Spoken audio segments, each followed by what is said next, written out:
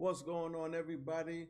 On this episode of the NXT 2.0 review, we got Braun Breaker and Tyler Bate. We got the ladies unifying all the damn titles, and we have a crazy pull-apart brawl with the tag team titles. Stay tuned, and we're going to talk about it. You're listening to the What the Wrestling Podcast, the show that brings you all things wrestling with your host, RJD.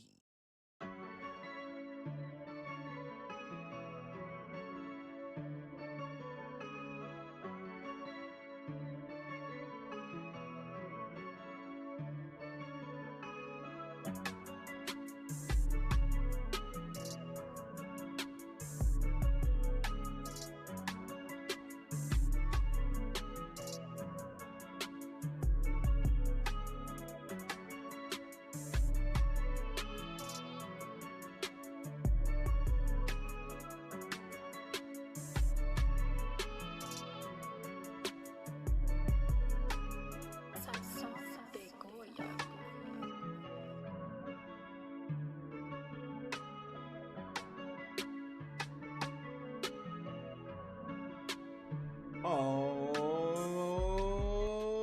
you already know what time it is.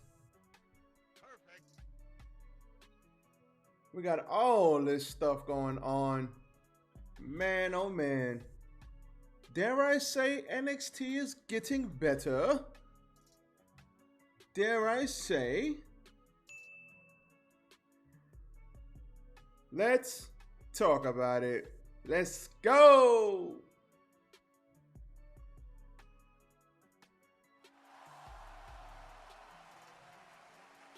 Yes. Tis I, RJD here. Welcome to What the Wrestling, the podcast that brings you all things wrestling. This is your NXT 2.0 review. I got the curtain smacking me in the face, but it's all good because it's breezy outside. Dare I say NXT is getting better? Like I said, we got NXT UK all over the show. We got NXT 2.0 actually being interesting. Not a lot of story stuff tonight, but dare I say, this show was very watchable today.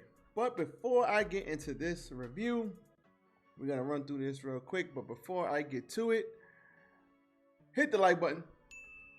Like, comment, share, and subscribe to the channel. You already know What the Wrestling, but follow me, RJD, RJD_199 on Instagram, RJ699 on Twitter, RJD199 on Snapchat, but most importantly, follow What the Wrestling on Facebook and YouTube and TikTok.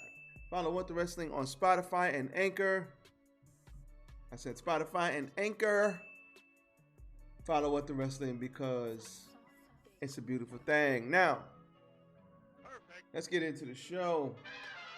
We have Braun Breaker out there talking his talk, quickly followed by Tyler Bate. He thanks Braun for the kind invitation, congratulates him on his win last week versus JD McDonough. He says, for real. Shout out to Tyler Bate. Big Strong Boy was out there and they had themselves a talk, and he said, listen, with NXT Europe right around the corner and NXT UK pretty much dead in the water, You've activated my trap card. why don't you say we go title for title? And Braun Breaker agreed. So it is official. We will have, they shake hands, put the belts up, and we will have Tyler Bate versus Braun Breaker. Not gonna lie, looking forward to that. Because if you can't have a good match with Tyler Bate, anybody could have a good. I could have a good match with Tyler Bate because that brother is dope. He has been one of the staples in NXT UK. Him, Pete Dunne. Those guys, what they've been able to do, and NXT UK, fantastic. So, next on the show, we have Brooks Jensen and Josh Briggs, obviously, versus Gallus, Mark Coffey, and Wolfgang for the NXT UK Tag Team Championships. Now, not gonna lie, not really interested in Briggs and Jensen. Not that they're bad. I'm just like, don't really care. Not gonna lie. Nope. But this was a chaotic match. We had all the damn tag teams come out and cause basically a problem. Gallus got in control. There was a hot tag to Briggs. Briggs came in. Lash Legend came down and cheap shot at Fallon Henley. Then Pretty Deadly came down to join the fray. Diamond Mine was out there for a little while after the count out win by Gallus. It was just crazy. It was just crazy pandemonium. Nobody won. So I believe there was going to be a triple threat match or a fatal four-way for the NXT UK titles. So that should be good. Because even if you don't know who any of these people are, fatal four-ways and triple threat matches are just chaotic, crazy matches anyway. So that should be fine. We had a Chase U vignette backstage where one of the guys got a little bit too rough and he took note, told him to look up Billy Robinson. Cool. Grayson Waller. He hit the ring for the Grayson Waller effect. He says NXT has been acting like a show. For a very long time. But he says he shrugs off the Johnny Wrestling chants, which was good stuff by the crowd. But good stuff by Grayson Waller. Said, well, he's not here, is he? You can chant his name all you want. Calls out Apollo Crews, and they go back and forth insulting each other. He says, how does it feel just being a clout chaser? He says, he said, didn't you used to have an accent? And he says, so you're talking about this one, yeah? And he's like, I'm proud of my heritage, okay? So stop the cap. Stop it. I'm proud of my heritage. I am a Nigerian warrior. Very good answer to that question. To make a long story short, they ended up going back and forth, trading insults. This will lead to a match. Then he lays out Apollo Crews lays out Waller, saying that if he wants some, come get some. That's basically what it was. He said he was a champ on Friday nights, and he will soon be a champ on Tuesday nights. So, good stuff. Gallus was leaving, and they ran into Pretty Deadly, and Pretty Deadly was mocking them. They wanted to kill Pretty Deadly. That's cool. Von Wagner and Robert Stone. They had an interview backstage. That was cool.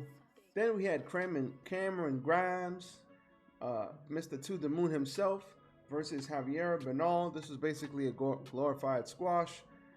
He won with the cave-in, but we did have the what the hell are these guys' names up top? Joey Gacy and the GYF, the GYF guys. They were up there, and GYV guys, not GYF. My bad. You stupid. They were up there. They mocked Cameron Grimes. He told Cameron Grimes good luck before his win. He ended up winning. That was all she wrote. So Cameron Grimes and Joey Gacy feud will be coming along shortly. Then we had Blair Davenport versus Indy Hartwell. This match was okay. Could have been better. But Davenport gets the win after the match with the brainbuster. But it looked bad. I ain't gonna lie. Maybe it was meant to be like it was a brainbuster, but it looked like she was trying to get her up higher. Indy's she's like tall, sort of. She got long legs. I don't know what happened here. The ending looked kind of weird. She like dropped her right on her dome. But after the match, Indy was like, I don't know what's going on. 4 months ago, I was trying to be better. 4 months later, I'm still in the same spot. She's like going through all of these emotions. And who pops up but Dexter Loomis from under the ring? They enter the ring. They pull each other out. Now, we did have the ladies trios before this, but I want to get to this because this was the best thing on the show to me. Not even gonna lie. And I talked about this. They spent so much time. Basically, they crawled in. You know, Dexter Loomis crawls into the ring. They crawl into the ring. They end up kissing. The crowd goes nuts for this. The crowd was like, Oh my God. Then they were like, the crowd went crazy for this. Dexter, he carries her out, goes backstage, he gives her a note, he leaves, he walks out, he gets arrested because in storyline he kidnapped The Miz. Stupid. So he's a kidnapper. And he's sneaking into goddamn Monday Night Raw every week. So he kidnapped The Miz. The cops are looking for him. They finally catch him. He gives her a note saying goodbye. This was excellent. Long-term storytelling. And I struggled. And I was like, as I smacked the mic into my face, I was like, why did I like this so much? And it's because they spent so much time on this. Like, they built it to the wedding, to everything between Indy and her. They spent, Indy and him, they spent so much time on this. And then finally, he gets fired. And getting fired only added fuel to the fire, because when they brought him back, I was waiting. I was like, he's back on Raw. When the hell are they going to put him back with Indy? And it would be even better if he's going for like a major championship or something. And maybe there's a girl with the person that he's trying to beat, and Indy runs down, beats the girl up, and allows him, because the part of the crowd that knows NXT will go crazy for it, especially if it's on a pay-per-view. Like when they work him into the story or whatever, Indy comes down, beats up the girl that's distracting the match, and then he wins his first title, IC title, US title. He wins his first title by her saving him on the main roster. That, I swear to God, if Triple H runs it back that way, it could be 6 months from now, 4 months from now, 3 months from now, whatever. If he runs it back that way, that would be perfect. That would be perfect. I love it. I hope it happens. We have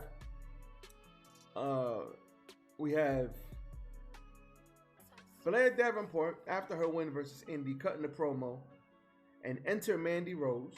She introduces herself and says she is the most dominant champion, and you can't just come up in here and call the shots. And then we get Meiko Satomura. Now, I have seen Meiko Satomura wrestle plenty of times. She is awesome. If you don't know, now you know. Oh, yeah. Somehow, I just don't think. I think Mandy Rose beats all of these girls in this triple threat, and it makes me sick, because I would love to see Davenport, like somebody new, win, but you ain't gonna have her win. I would love to see Meiko Satomura win, but who knows how long she's gonna be stateside. She might just come in, chill, do the job, and leave. So I think Mandy Rose is gonna beat both of them again, and it sucks because I would have loved to see Zoe Stark or somebody else get this title shot, but they just will not take the title off of Mandy Rose. So, Stupid. I like Meiko Satomura. She's awesome. She's here. Can't wait for these three ladies to win. Not to win. What the hell am I talking about? Stupid. For these three ladies to have this match. And I think Mandy Rose is going to win, but I don't care. It's going to be a good match. I am thoroughly excited for this. I'm not gonna lie. Then we got the indie stuff that I got to early. Then we got Tiffany Stratton. She had an interview backstage. She was fighting Wendy Choo in a lights out match. That was great. Then we had Tony D'Angelo lecturing Legado del Fantasma about their actions, but saying if they want forgiveness, the past is the past. Go out there and beat Wild and Cruz and win for the family. We had a video package by JD McDonough. We had Wes Lee out there with Katana Chance and Kaden Carter, showing how they are the new tag team women's champions. That was great. Then after the indie stuff, we had Legado del Fantasma versus the Dyad, Reed and Rip Flower. This was a good match. Love Legado, but they came up short. We had a double running suplex for a cover, but Flower broke it up. Joaquin rose through. We had a crucifix pin for a 2 count.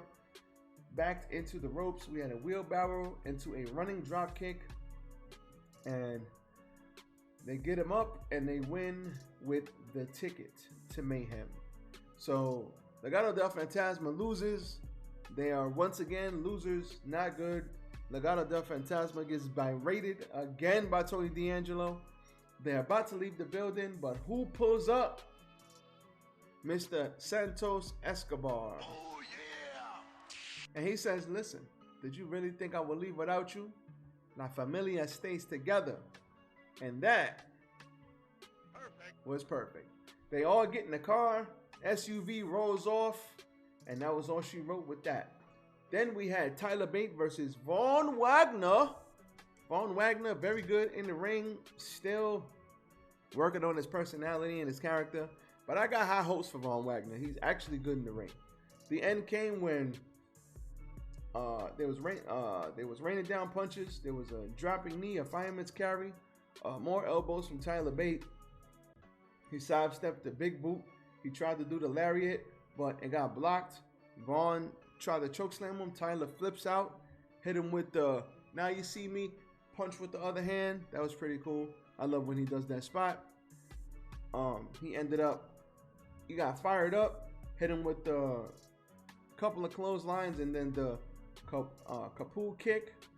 Hit him with a huge exploder, and then he went up top and won with a corkscrew senton on Tamiko for the win by Tyler Bate. Tyler Bate and Walter had one of the best matches in NXT history. That is a fact. So for these people who saying, "Oh, Tyler Bate's too short," you sound stupid. You stupid. They call him a big strong boy for a reason. That's not an insult. That's what the UK fans call him. Oh, a big strong boy, because if you see how it's like he's like short in stature, but that brother is strong as hell. Like the way he uses his body to control, and like it's almost similar to Hook. How you don't think Hook should be able to suplex these guys that are way bigger than him, but he just has tremendous body control, just like Taz used to have. All of these guys have it, and I love to see it. Hook is great, Tyler Bate is great, Taz was great. Suplex machines, these guys. So Tyler Bate gets the win, gets his momentum ahead of the Braun Breaker match. Diamond Mane, you hear me? Diamond Mine. You stupid. Were backstage. They were talking to the, chatting it up with the Creeds and Roderick Strong. They don't trust him. Still, Briggs and Jensen rolled up and they said, listen. They challenged them and they said, challenge is accepted. Then we had a lights out match, and I forgot all about this match. I'm not even gonna lie. Surprise, motherfucker. Because when the main event came on, I'm like, yo, there's a lot of time left in this show. What the hell is going on? But we had a lights out match. Wendy Choo versus Tiffany Stratton. This match was great. This match was great. So we had trash can stuff in the beginning. We had Wendy Choo put a trash can over Stratton, whacked her over the head a couple of times with, I think it was a tennis racket or a stick or something. That was cool. Tiffany Stratton power bombed Wendy Choo into the trash can, cover for two. Stratton went for a Vader bomb but missed. Wendy rolls out, hit her with a pillow, and I was like, why does that hurt? It's a pillow. That's stupid. You stupid. Until she pulls out the Legos from the pillow, and I was like, You activated my trap card. because if you've ever stepped on a Lego in your life, now I don't have children, but I used to work with children. I have nieces and nephews. And if you've ever stepped on a Lego in your life with no shoes on, you know that that is some of the worst pain you will ever feel in your entire life. That and kicking that little edge thing of the bed frame.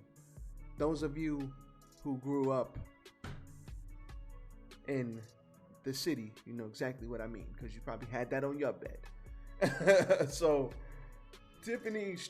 Wendy Choo opens up and pours out a lot of Legos, but the full Nelson got blocked. Tiffany Stratton hit a German suplex. A German suplex got blocked, sorry. And Tiffany Stratton hit a fall-away slam onto the Lego, but not quite.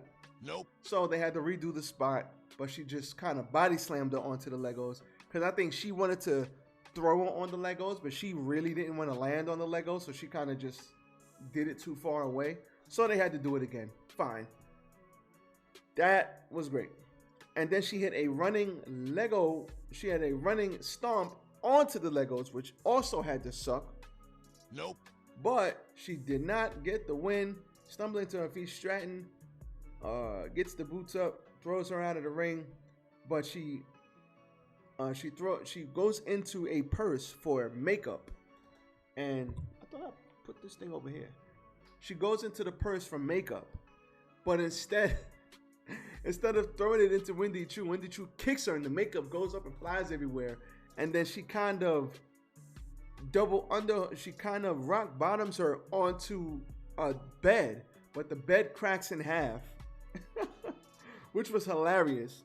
And then she throws her back in the ring and she won with a Vader bomb. This was great.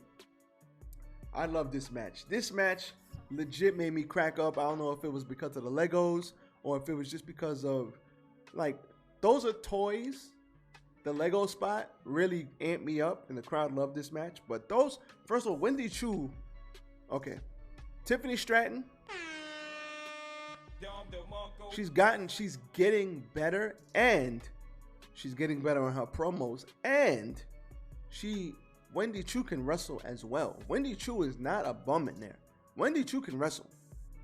She can work. So these two have great chemistry. I hope to see both of them with different opponents have good matches as well, because I've seen Wendy Choo have good matches. I don't know about the sleepy gimmick. I don't know how far you can go with that. Tiffany Stratton using her gymnastics more and more and more. She's a legit athlete. Like, she can do gymnastics. She's legit. I'm glad to see her getting more time and getting better at her craft. Tiffany Stratton is really good. Wendy Choo can really work. These two, hope to see them again. The ending, I don't know if it was the Lego stuff and me just knowing how painful that really is. Stepping on a damn Lego. I can't imagine taking a body slam into a Lego. That probably really sucks. But good to see these two back at it. Love this. And NXT was actually a good show. A lot going on. They basically are setting up all of these matches that we're about to get. So I'm not going to sit here and be mad about it. It was a good show. NXT 2.0 is getting better. We'll see what happens next week. That's all I got for you guys today. As you can see, the curtain is telling me to wrap it up. So that's what I will do. Everybody be safe out here. Enjoy the last little bit of summer that you're about to get before the fall comes in. I love the fall. I love the spring because I can wear all my clothes. So we will see what happens moving forward. As for me, I am out. Don't forget to hit the like button. Like, comment, share, and subscribe to the channel. Bump me up in the algo, please. Hit that like button once again. And I am out. Peace.